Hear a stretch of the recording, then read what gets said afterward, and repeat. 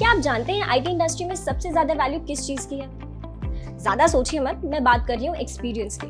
एक अनुभवी व्यक्ति आपको जो सिखा सकता है वो कोई किताब, कोई स्कूल, कोई इंस्टीट्यूट नहीं सिखा सकता। आज के हमारे जो गेस्ट हैं प्रकाश, वो पिछले 12 सालों से आईटी इंडस्ट्री में काम कर रहे हैं। प्रकाश ने अपने करियर की शुरुआत 2013 में विप्रो से की थी और अपनी इस लंबी जर्नी में न सिर्फ ओरेकल डीबीए बल्कि पोस्टग्रेस, मोंगोडीबी, एमएस सीक्वल ऐसे और कई डेटाबेसेस में उन्होंने महारत हासिल की। आज की हमारी इस बातचीत से आपको बहुत कुछ जानने का मौका मिलेगा, तो फिर देर किस बात की, चलिए चलते हैं। हेलो प्रकाश, कैसे हैं आप? बस बढ़िया। आप बताइए, आप कैसे हो? मैं भी एकदम ठीक हूँ। यहाँ की ओके। हल्की हल्की ठंडी एंजॉय कर रही हूँ। एंड ओह वाह। Yeah so let me tell my audience कि आप एक ओरेकल डीबीए हैं और like you have a great experience into the IT field. So hmm. इसीलिए आप यहाँ हैं हमारे साथ लर्नोमेट में। आई वुड अप्रिशिएट कि आप अपनी जर्नी हमारी ऑडियंस के साथ शेयर करें कि कैसे आपकी जर्नी स्टार्ट हुई, थोड़ा इंट्रोडक्शन आपका, ताकि लोग जान पाए कि आप कौन हैं। So the stage is all yours. Sure. Thank you so much.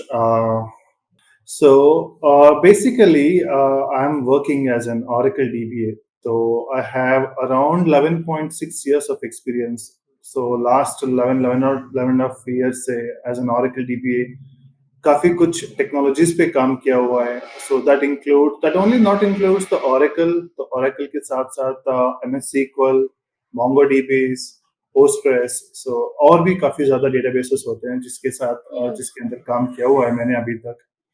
And it was not so easy because initially, actually when I started in 2013, there was lots of challenges involved to get into the IT because वो एक just recent उसी time से वो recession हुआ था 2008-2009 के आसपास. या right. So it was like fortunate enough to got a good opportunity to start my career with one of the most popular MNC companies in India, Wipro. तो then I actually started in Mumbai. तो वहाँ पे हमारी training start हुई 3 महीने के लिए. And then we got an opportunity क्योंकि वहाँ पे एक्चुअली क्या था कि like we got our training into multiple sectors, multiple technologies. तो फिर then we got a chance कि आपको किसमें जाना है, क्या करना है. तो then I choose this Oracle DBA क्योंकि when I was in graduation थोड़ा मेरा इंटरेस्ट भी ज्यादा था उसके अंदर, सीक्वल्स वगैरह, क्वेरीज वगैरह, कोडिंग्स वगैरह. So then, like okay. slowly, I just started it, and it went into different phases. But अभी अगर देखें तो it's completely different. Like now, what we were doing earlier and what we are doing currently as in DBA itself, काफी कुछ बदल चुका है. The scenario has completely changed. You're talking about 2013, right? Yes, 2013 So is. the journey has taken like around 11 years. Yes, more than a decade.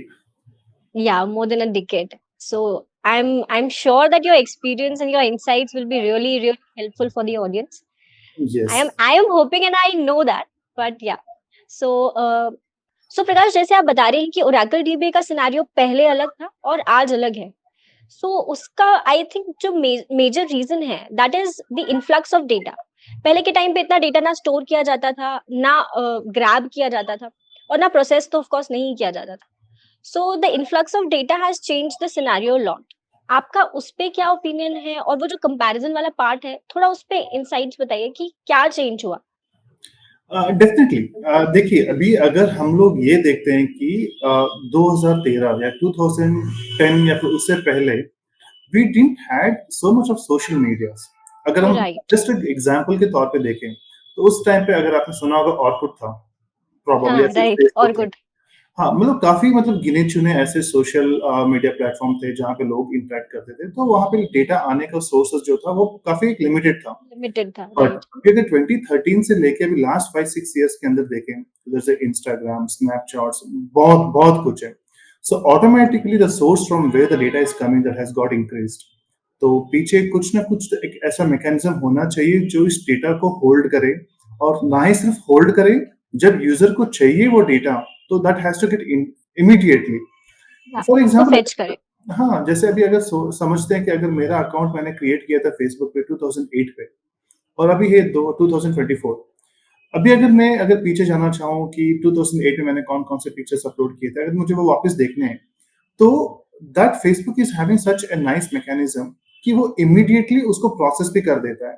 ऐसा नहीं है कि सिर्फ जाके डेटा स्टोर करते रहो. तो डेटा रिट्रीवल भी काफी ज्यादा फास्टर है. तो अभी जैसे आपने पूछा कि what are the different comparisons that we have seen in the last 10-11 years. एक तो ये है कि the volume of data has grown rapidly. Massively. Exactly अभी 2005 2006 2000 एक लिमिटेड एक मतलब एक कांस्टेंट ये था वॉल्यूम था उसके हिसाब से डेटा बढ़ रहा था बट अभी that is not the situation everywhere the things are getting into the digitalization तो या जब भी चीजें डिजिटल होंगी तो obviously the data will get populated और उस डेटा को स्टोर करने के लिए we should have a proper mechanism so सिर्फ स्टोर करना और प्रोसेस करना ही काफी भी नहीं है क्योंकि उसको सिक्योर भी करना होता है क्योंकि for anyone whoever it may be उसके लिए मेन इंपॉर्टेंट है उसका डेटा अगर आपका डेटा लीक हो रहा है देन देयर इज उसके साथ कोई कॉम्प्रोमाइज नहीं होगा तो प्रकाश, हम अल्टीमेटली इस चीज से ये कंक्लूजन निकाल सकते हैं कि आने वाले टाइम में जैसे जैसे डेटा इंक्रीज होगा वैसे वैसे डेटा रिलेटेड जॉब्स आईटी में ज्यादा होंगी, ज्यादा बढ़ेंगी। यस तो data related things can provide a better career opportunity in the future. It can but इसमें एक ट्रिक ये रहेगा कि अगर जो हम पहले से काम करते आ रहे हैं if you are just stick to that one तो फिर आप ये देख सकते हो कि एक कुछ सालों बाद आपका एक जो भी करियर रहेगा वो एक पॉइंट पे जाके रुक जाएगा या फिर लाइक एक स्टैग्नेंट हो जाएगा एक इससे मोनोटोनस हो जाएगा वो।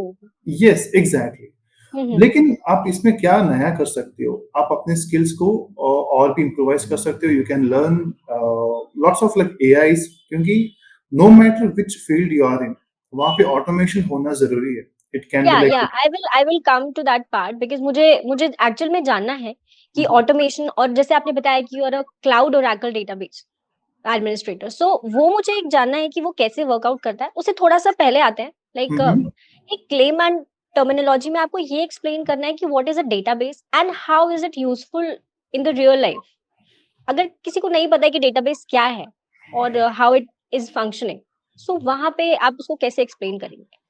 ओके एक सिंपल एग्जांपल लेते हैं जैसे हम लोग यूजुअली शॉपिंग के लिए जाते हैं एग्जांपल डीमार्ट जा रहे हैं कहीं पे भी एक शॉपिंग बाजार में जा रहे हैं शॉपिंग करने के लिए तो जैसे अपनी शॉपिंग पूरी हो गई हम लोग काउंटर पे जाके बिल पे करेंगे सो बिल पे करने के टाइम पे वहां पे उनके पास वो सारी मशीन्स वगैरह सब लगे हुए हैं सिस्टम लगे हुए होते हैं तो राइट। वहां पे यूजुअली क्या होता है वो एक मशीन है जिसके अंदर उस स्टोर के सारे प्रोडक्ट स्टोर किए हुए होते हैं क्योंकि दे may have a lots of millions almost thousands of products in them या तो अभी डेटाबेस का क्या रोल है यहाँ पे it helps you in organizing all this data and in storing this data अभी ऐसा जरूरी नहीं है कि जिस प्रोसेस से हमने उस डेटा को स्टोर किया हुआ है उसी प्रोसेस से कस्टमर्स उसको खरीदेगा कस्टमर्स को राइट। जो चाहिए वो खरीदेगा वो तो यहाँ पे एक तो हो गया डेटा स्टोर कर रहे हैं स्टार्टिंग और सेकेंड जब हम बिल बना रहे हैं तो वी आर गेटिंग लाइक हम कुछ भी एक मतलब एक processing should be very faster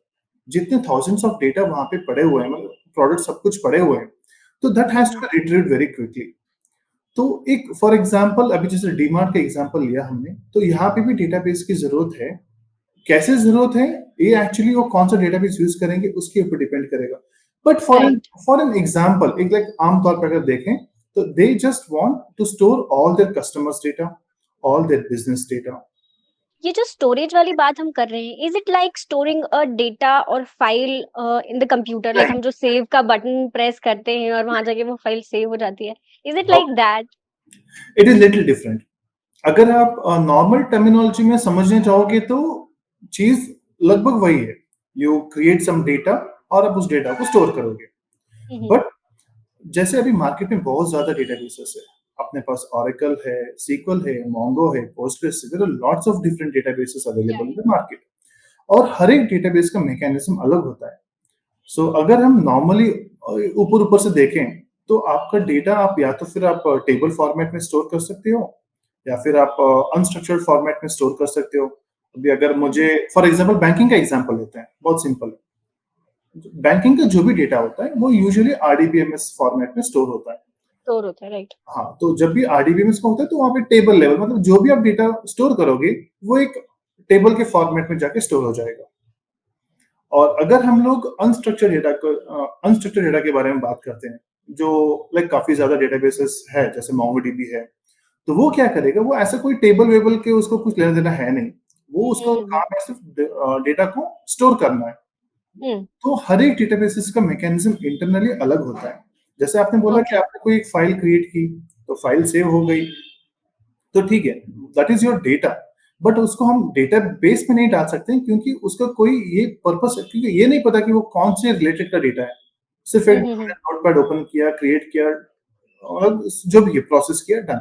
but उसका अगर कोई, जब तक हमारे पास लिंक नहीं है, जब तक उसका कोई मीनिंगफुल इंफॉर्मेशन नहीं बनता है, तब तक हम उसको एक डेटाबेस की कैटेगरी में नहीं डाल सकते। वो एक डेटा रहेगा, रॉ डेटा रहेगा।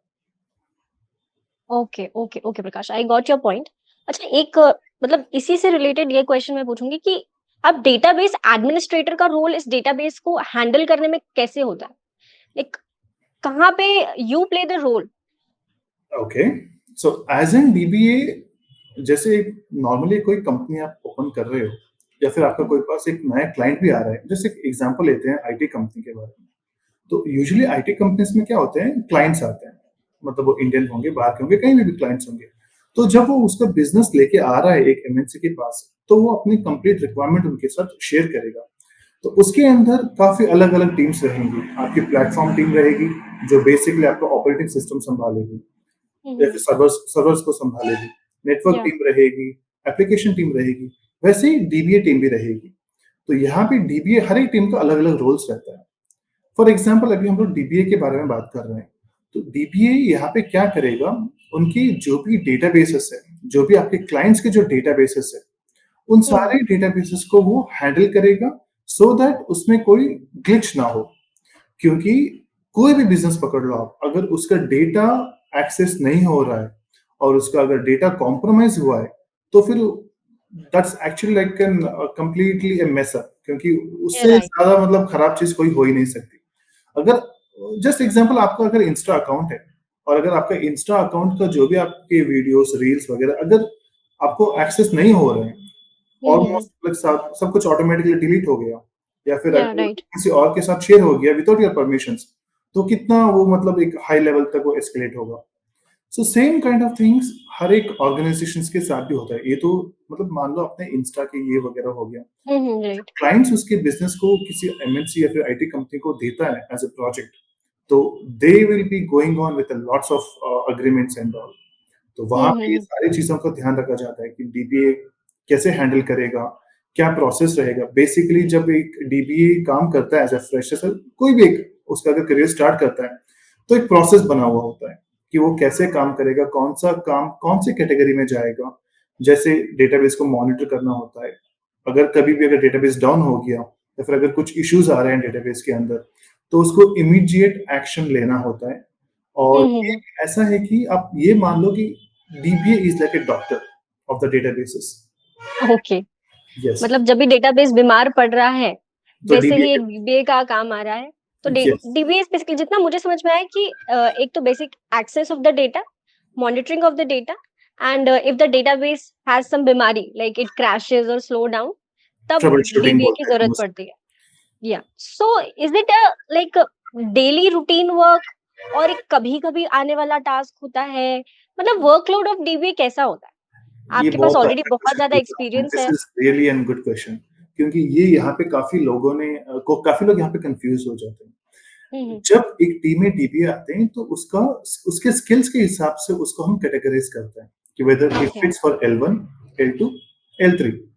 L1 का क्या रहेगा, मेनली लाइक कुछ मॉनिटरिंग का काम रहेगा, जो मतलब थोड़ा इजी काम होता है, या फिर मॉनिटरिंग का हो गया, या फिर कुछ बैकअप वगैरह हो गया। फिर नेक्स्ट जो कॉम्प्लिकेटेड टास्क होते हैं, वो आता है L2 लेवल को। जैसे अभी ओके। यहाँ पे कैसे डिफरेंट टाइप्स ऑफ वर्क्स रहते हैं डीबीए में।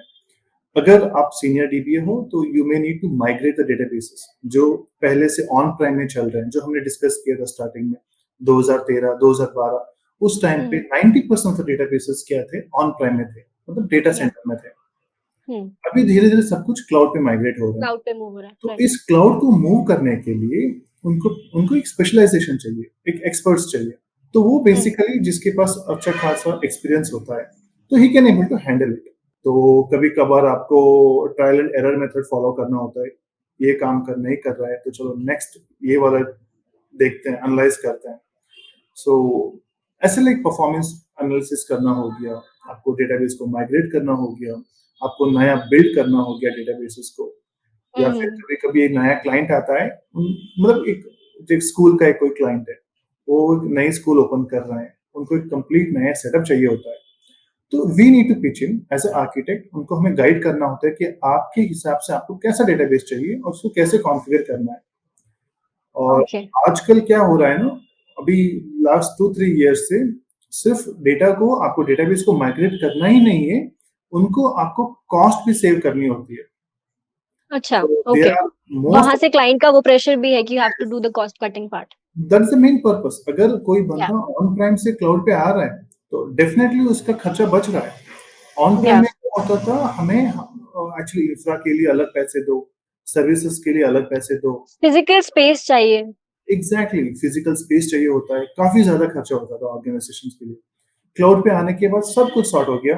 बस आप कोई भी आपको सब्सक्रिप्शन चाहिए, आप उसको चूज करो, उसको पे करो, खत्म। जब कल नहीं चाहिए तो उसको हटा दो, हटा आपके दो, पैसे बच राइट। या प्रकाश, ये तो जैसे हम एक्सपीरियंस लोगों की बात कर रहे हैं, what about the fresher DBS? somebody गए। was just entering into the dBA life, उसकी क्या रोल्स एंड रिस्पॉन्सिबिलिटी होगी? क्या उसके ऊपर डायरेक्टली इतना वर्क प्रेशर आ जाएगा? what kind of workload or what kind of shifts he may be handling, what kind of work responsibilities he will get? तो वो थोड़ा सा एक हाईलाइट कीजिए प्लीज। ओके, सो मान लो अगर कोई एक बंदा इंजीनियरिंग पूरी करके as a freshers Oracle DBA join कर रहा है, तो प्राइमरीली अगर वो अच्छी खासी, मतलब एक टॉप टियर 1 कंपनीज में अगर ज्वाइन कर रहा है तो उनको ट्रेनिंग मिलेगी अच्छी खासी 2-3 महीने की, then they get right. Deployed. But coming to this work wise, as a DBA आप ये एक्सपेक्ट कर सकती हो कि you may need to work in 24/7 support, क्योंकि डेटाबेस कभी कुछ बोल के खराब नहीं होगा, so that may go wrong any time. तो बीमारी कभी भी आ ट्वेंटी सकती फोर है। Yes exactly. तो ये हो सकता है कि he has to ready to work for 24/7। और coming to the work, like kind of work that he can expect is like regular monitoring, या फिर अलर्ट लॉग्स को चेक करो अगर कोई एरर आ रहा है कि नहीं आ रहा है। क्योंकि मोस्ट ऑफ द टाइम क्या होता है, छोटी छोटी बीमारियां अगर हम इग्नोर कर देते हैं तो आगे जाके वो बहुत बड़ी बीमारी का कारण बन जाती है। बन जाती सो सिमिलरली ओरेकल में भी अगर कुछ वार्निंग्स आ रहे हैं, छोटे मोटे वार्निंग्स आ रहे हैं, और अगर हम उसके ऊपर एक्शन नहीं लेते हैं तो आगे है। जाके वो बहुत बड़ी प्रॉब्लम क्रिएट कर सकती है। तो ये चीजें क्या होती है कि एज अ फ्रेशर्स उनको हैंडल करने को देते हैं कि भाई कुछ अगर एरर आ रहा है, अलर्ट लॉग को मॉनिटर करो, अगर एरर आ रहा है तो ट्राई करो, अगर फिक्स कर सकते हो तो, अगर नहीं तो आप अपने सीनियर को बता दो। क्योंकि वो लेवल वाइज होते हैं, लेवल 1, लेवल 2, लेवल 3। तो लेवल ओके। 1 में उनको हेल्थ चेक देखना होता है डेटाबेस का, बैकअप्स वगैरह हम्म। प्रॉपर चल रहा है कि नहीं है, स्टोरेज काफी है कि नहीं है, उनके कुछ इंटरनल सर्विसेज होते हैं, लिसनर सर्विसेज वगैरह। Basic task. हाँ, बहुत बेसिक टास्क। तो हम्म। जैसे 1-2 साल में अगर वो उसमें प्रोफिशिएंट हो जाते हैं, so then slowly the people और their management will look forward to take them to the next role. फिर ओके। उनको एक नेक्स्ट सेट ऑफ टास्क दिए जाते हैं। सो सिम this hmm. Is how the progress goes for an Oracle DBA. Okay, okay, okay. I got your point Prakash. Prakash, देखिए, जैसे we are a training institute, right? लोनोमे टेक्नोलॉजीज। हमारे पास मोस्टली फ्रेशर्स आते हैं या फिर ऐसे लोग आते हैं जो करियर में, like, they are confused what to do. They want to enter into IT but they don't know how. And Oracle DBA का सबसे अच्छा पार्ट ये है कि नॉन टेक्निकल बैकग्राउंड वाले लोग भी इसमें एंटर कर सकते हैं। Just with some guidance, some help, they can enter, right? लेकिन जब वो आते हैं तो उनका सबसे बड़ा क्वेश्चन ये होता है, and I guess that is Indian mentality, कि पैसा कितना मिलता है इस जॉब में, क्या यस, सैलरी हम एक्सपेक्ट कर सकते हैं?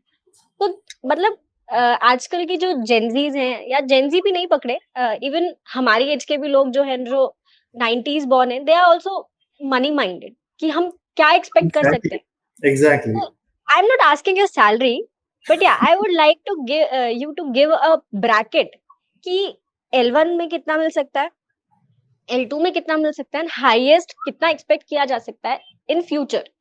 सो जो एस्पायरिंग स्टूडेंट्स हैं या जो एस्पायरिंग कैंडिडेट्स हैं, उनको समझ में आए कि ठीक है, अभी हमें कम मिल रहा है, लेकिन या वी कैन एक्सपेक्ट कि हमें फ्यूचर में जाके एक अच्छा सैलरी पैकेज मिलेगा। सो उसके ऊपर आप क्या बोलना चाहें? ओके, ये एक मतलब काफी लंबा डिबेट करने का एक क्वेश्चन भी हो सकता है। So okay. इसमें हम लोग we will look into this 2 points. First thing, yes, salary is the main thing. अगर सैलरी नहीं हम्म। देगा तो कोई काम भी नहीं करेगा, चाहे कितना या भी उसमें सीखने के लिए कुछ ना हो। Second thing is a job security. When you are in IT, ये दो चीजें बहुत इंपॉर्टेंट है।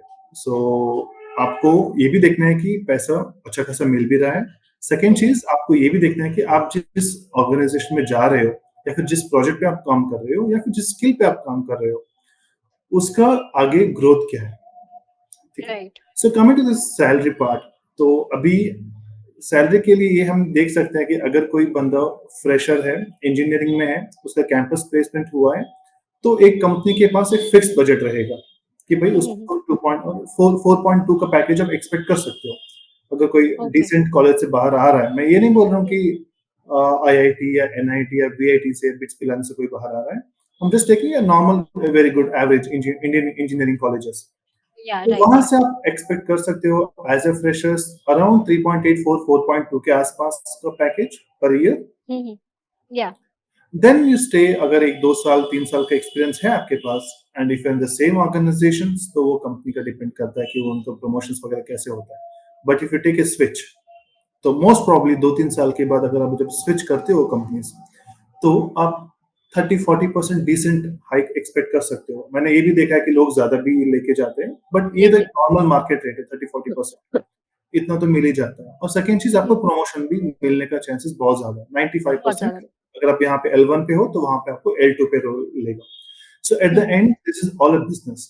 तो जैसे हम लोग ये सैलरी का डिस्कस कर रहे हैं, तो मीनवाइल जो एम्प्लॉयर आपको ये जॉब दे रहा है नई कंपनी में, so he will look this as a like actual business, कि उसके पास बजट ओके। कितना है उस प्रोजेक्ट के लिए, उस प्रोजेक्ट के हिसाब ओके। से उस बंदे को फिट कर सकता है कि नहीं कर सकता है।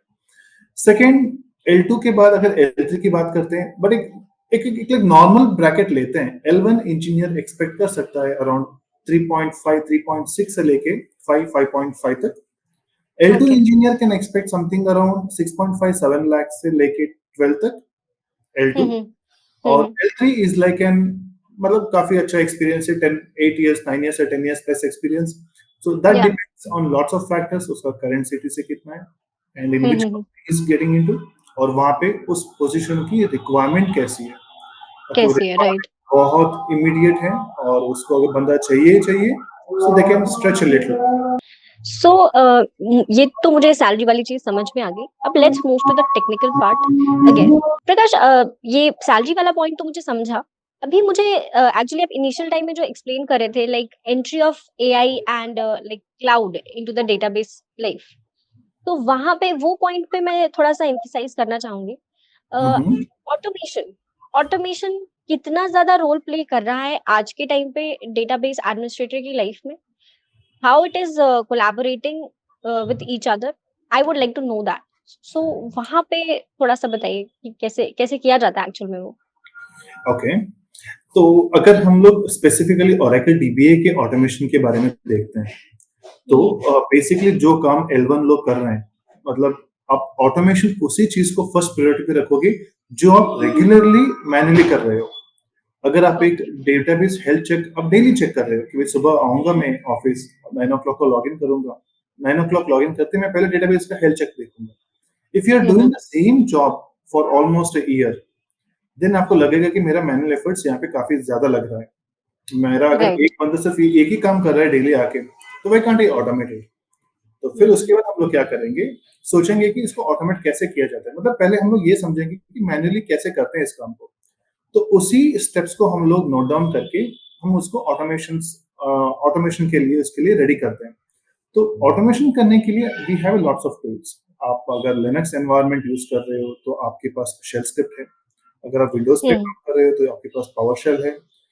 बट इसके अलावा और भी काफी ज्यादा थर्ड पार्टी टूल्स अवेलेबल है मार्केट में, जैसे हीरो है, एनसिबल है, बहुत कुछ है। आप कोई भी यूज करके आप इसको ऑटोमेशन कर सकते हो। तो ऑटोमेशन करने का ये बेनिफिट है कि आप अपने बंदे को किसी और स्किल्स के लिए यूटिलाइज कर सकते हो, rather than doing for this simple like every day the same job। वो भी थक जाता है अगर राइट। आप एक ही बंदे को एक ही काम एक 7 दिन तक अच्छा लगेगा उसको करने के लिए, after that he get like fed up with this one. Right. तो right. Basically organisations will think in that term कि जो काम आप मैन्युअली वेरी वेरी फ्रीक्वेंटली कर रहे हो उसको हम लोग ऑटोमेट करते हैं।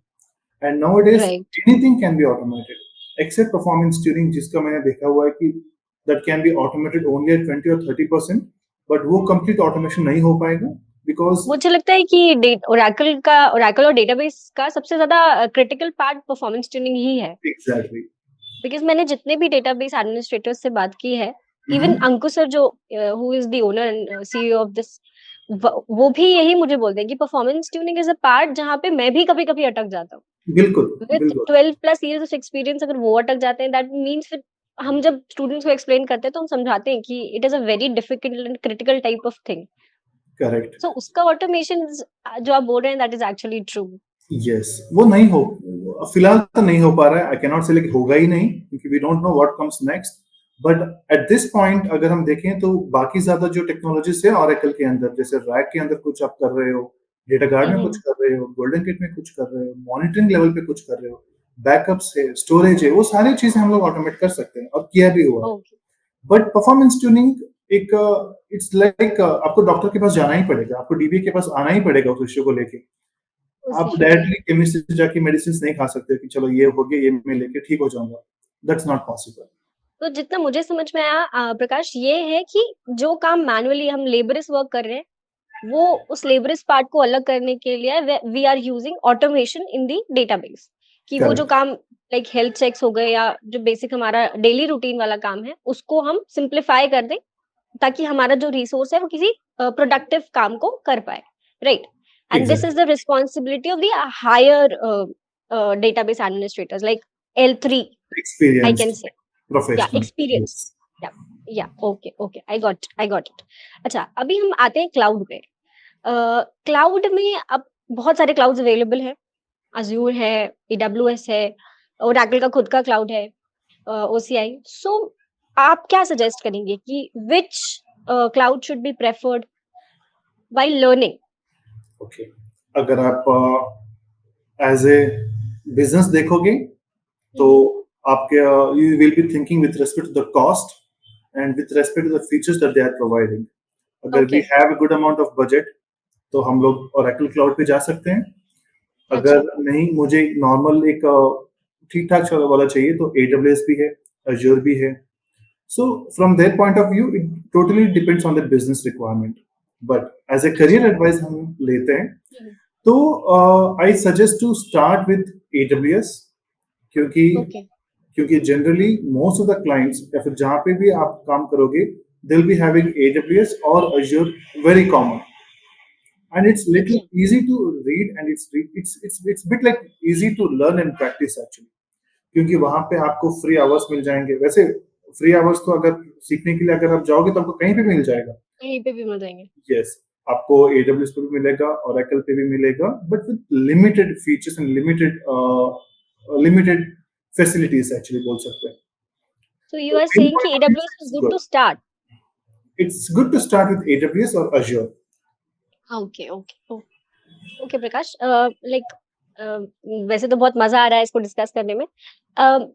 थोड़ा सा कंक्लूसिव पार्ट पे आते हैं। मुझे ये बताइए कि अगर कोई बंदा चाहता है कि वो ओरेकल DBA बने या हम्म। अपना करियर वहां पे सेटल करे, सो आप उसको क्या एडवाइस देंगे? थोड़ा इंटरव्यू पर्सपेक्टिव से भी बताइएगा कि आज के टाइम पे since you are a senior level, so you might have taken some interviews और you might have interact with the freshers, right? So उनके मन में क्या डाउट्स होते हैं, कैसे एक रोड मैप होना चाहिए सीखने के लिए? आई वुड रियली अप्रिशिएट कि आप हमारे एस्पायरिंग स्टूडेंट्स को वो बता पाए। श्योर। सो बेसिकली जब भी अगर कोई if they want to start their career as an Oracle DBA, तो अभी के हिसाब से by looking at the current trend and the current competencies, don't आप सिर्फ एक ही स्किल के ऊपर डिपेंड मत रहिए। So try to learn as many as skills as possible. जैसे if you are in an Oracle DBA, तो Oracle DBA में सिर्फ आप स्टैंड अलोन पे काम मत करिए। You try to learn RAC, you try to learn data guard, because आज के जो एनवायरमेंट्स है उसमें 90-95% RAC data guard very common है। उससे भी बहुत ज्यादा ओके। और भी टेक्नोलॉजीज है। सो Oracle के अंदर Oracle रैक होते हैं, डेटा गार्ड होते हैं, गोल्डन गिट होते हैं, Exadata again very high demanding skills, hmm. OEM होते हैं, एक कंप्लीट पैकेज होता है। तो if you are getting into an organisation as an Oracle DBA, try to start learning on these skills. और इसी के ऊपर रुकना नहीं है कि आपने इतना सीख लिया 3-4 साल में फिर खत्म, you can settle easily. No, एक बार अगर आपका Oracle DBA कंप्लीट स्ट्रांग हो गया सारे एरियाज में, then try to learn next क्या सीख सकते हो इसके रिलेवेंट। एमएस सीक्वल सीख सकते हो, आप माई सीक्वल सीख सकते हो। माई सीक्वल भी तो अभी ओरेकल ने खरीद लिया है, तो आप माई सीक्वल हाँ, राइट। हो, तो you can learn the other databases like Postgres. इससे क्या होगा, you are going to save your job at least. क्योंकि आगे मान लो कि अभी मैं अगर किसी एक ऑर्गेनाइजेशन में काम कर रहा हूँ और वहां पे ओरेकल डेटाबेस यूज कर रहा है, कल अगर वो या क्लाइंट स्विच कर लेगा, चलो मुझे ओरेकल काफी महंगा पड़ रहा है, मैं माई सीक्वल में जाना चाहता हूँ जो ओपन सोर्स होता है बेसिकली, हम्म, और अगर मेरे पास माई सीक्वल्स का स्किल्स नहीं है, तो तो आपकी जॉब गई। हाँ, उसके फिर उसको चाहिए ही नहीं, ओरेकल डीबी को क्या करेंगे वहां पे? That's not it. हम्म। अगर मेरे पास ओरेकल डीबीए के अलावा माई-सीक्वल, पोस्टग्रेस, मोंगोडीबी ये 3-4 और भी स्किल्स हैं, तो अगर क्लाइंट्स का रिक्वायरमेंट चेंज होता है या फिर अगर मैं कहीं और जाना चाहता हूँ, स्विच करूँगा और वहाँ पे अगर ये रिक्वायरमेंट आती है, इट कैन बेनिफिट मी। और मार्केट में ये चीज़ है, अगर एक बंदे के पास एक से ज़्यादा स्किल्स है, मैं ये नहीं हम्म। कहूँगा कि आप ही को नेटवर्किंग सँभालना है, सर्वर सँभालना है, डेटाबेस सँभालना है, दैट इज़ नॉट पॉसिबल, होगा भी नहीं किसी से। बट जो आपकी दुकान है डेटाबेस की, इसके अंदर आप कुछ और प्रोडक्ट्स लेके रख लो, ताकि अगर वो नहीं बिका तो ये बिक जाएगा। राइट, मतलब सर्वगुण संपन्न होना है, बट ठीक है, कुछ कुछ चीजों में बिकॉज़ यू अभी can. Nowadays the things are getting changed very rapidly. पहले ऐसा नहीं था, पहले आपको ओरेकल डीबीए के लिए बंदे मिलना बहुत मुश्किल थे। बट अभी राइट। धीरे-धीरे ओरेकल सिर्फ ओरेकल डीबीए वाले आपको काफ़ी मिल जाएँगे। But you need to have something extra with you if you want to sell that's yourself. That's what we call as competition nowadays. Exactly, the competition, and the competition is at its peak now. या क्योंकि अभी इतने सारे sources हैं available लोगों को सीखने के लिए। They have a lots of open platforms, lots of digital platforms, तो छोटे बच्चे भी सीख लेते हैं। द वन हु या is in exactly. 11th or 12th, they will also start learning these things. Prakash, पहले आईटी के बारे में ज्यादा लोगों को पता नहीं था। आईटी क्या ऑफर कर सकता है, किस टाइप का करियर ऑफर कर सकता है। Very less people had that kind of mindset. और जब आपने भी ज्वाइन किया होगा तो आई एम श्योर कि आपने भी एक्सपेक्ट नहीं किया होगा कि आईटी इतना आगे तक जाएगा। सो जब मैंने जॉइन नहीं किया था ना, I think we all are from 90s background, so उस या टाइम पे अपने एग्जैक्टली। पेरेंट्स के दिमाग में वो 2-3 चीज़ ही थी, या तो मेरा बेटा इंजीनियर बनेगा या डॉक्टर बनेगा। डॉक्टर। 2 ही ऑप्शंस थे। और जब तक हम लोग इंजीनियरिंग में थे, तब तक भी हमें नहीं पता था कि एग्ज़ैक्टली आईटी में काम क्या होता है। काम वो क्या सिर्फ़ होता है। बाहर से देखते थे कि चलो हाँ, ये चीज़ होती है। But when we start getting into the organization, तो फिर हम्म। अंदर ये सारे प्रोसेस वगैरह होते हैं। तो like slowly as and when the experience you get the experience, तो आप सीख जाओगे। या राइट, राइट। प्रकाश, रियली रियली रियली बहुत बहुत अच्छा पॉडकास्ट हुआ। काफी कुछ जानने मिला, काफी कुछ सीखने मिला, एंड ना सिर्फ मुझे, ऑडियंस को भी बहुत कुछ नया पता चला। आपके इनसाइट्स बहुत क्लियर हैं, आपका एक्सपीरियंस एक्चुअल में समझ में आता है आपकी बातों से। And the real time experience जो आपने शेयर किया, आपके इनसाइट्स जो शेयर किया, I am really thankful. Learnomate is really thankful. And I will appreciate कि अगर हम आगे भी कुछ डिटेल टॉपिक्स पे कोलैबोरेट कर पाए। And sure, let's definitely. Hope, yeah, let's hope for the best. Thank you sure, very much again, and have a very good day.